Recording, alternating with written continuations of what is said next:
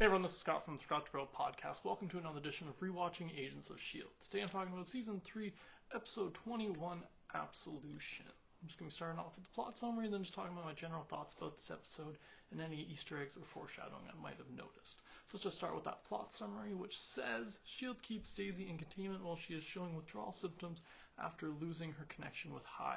But her intel allows them to find the base from which Hive is attempting to launch the warhead. With Talbot's military contacts, S.H.I.E.L.D. is able to disable the rocket while a team of agents infiltrates the base, captures Hive, and extracts Radcliffe, with the latter agreeing to cooperate with S.H.I.E.L.D.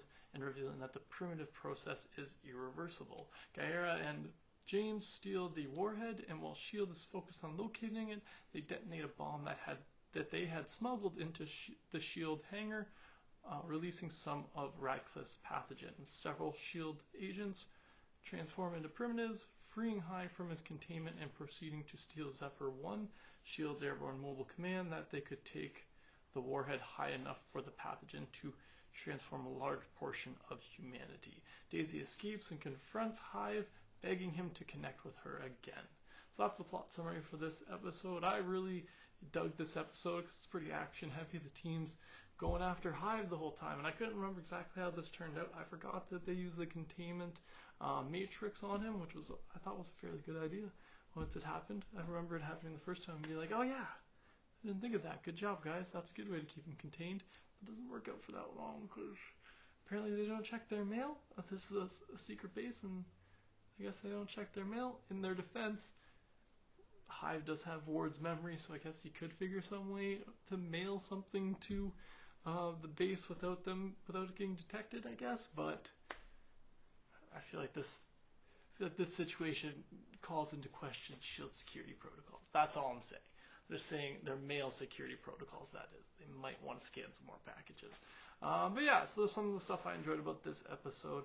We see at the beginning a dream from Daisy. She sees herself and Coulson in the containment module, stuck on the alien planet that Hive had come from and that Gemma was partially stuck on. And she also has the crucifix in this dream. And when I'm first starting this episode, I forgot that it was a dream, to be honest. I thought this might be like a flash forward to like the next episode, but then it ends up being a dream. But then I'm like, has she seen the future? She haven't flashed to the future again? She's seeing things she's not supposed to see? I can't remember. I'll have to get to the next episode to find out about that.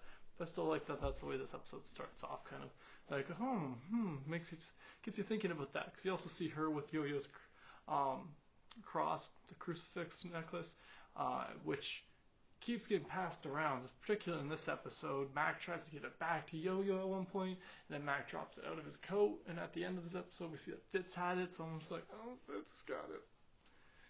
Is this the only way that I forgot? I don't want anything to happen to Fitz. I know nothing happens to Fitz. He's around for a couple more seasons. But yeah, some of the other things I enjoyed about this episode. Gemma questioning Daisy, really being kind of cold with her, and just understandable. They have the security protocols, and Daisy did kind of turn their back on them. But I felt the whole team was being really cold until the end when Mac's like, screw these security protocols and go give her a hug. Because that's all Daisy needs. She needs a hug. She needs to hear that somebody forgives her, so that she can start to forgive herself. And so that was a touching moment, with her and Mac, being able to, with Mac being able to show that he's all heart. He's a big guy with the biggest heart. And yeah, I just really enjoyed that part. And that we could see that he's the one to, kind of push past everything and go be like, no, she's family. She's family. She's brainwashed. She's family. So yeah, I enjoyed that scene. I like I said, how they captured Hive. What else? Oh, Lincoln wants out. We find that out in this episode, which I forget. I always forget how he leaves the show, which I guess it's probably because he leaves in the next episode. Something happens to him, or I forget exactly, but I'm assuming it's happening in the next episode because I don't remember him being in any more seasons. So yeah, that definitely something goes on. So I'm not really sure what. I'll have to get to the next episode to remember that. What else do I have written down? Break him loose, and Daisy asks Hive to take him with her, which I can't remember if this is a ploy or not. Part of me thinks it is. Part of me can't remember at all. I can't remember if she does just want that, sweet Hive drug again, or if she's, it's got some kind of plan in mind. I can't remember. I really can't remember any of the details for this next episode, how this season ends at all, which I kind of like, because I like when I can go rewatch a show and I can enjoy the season finales and different episodes without, remembering it so much, because so much other stuff happens in the next next 2 seasons after this season.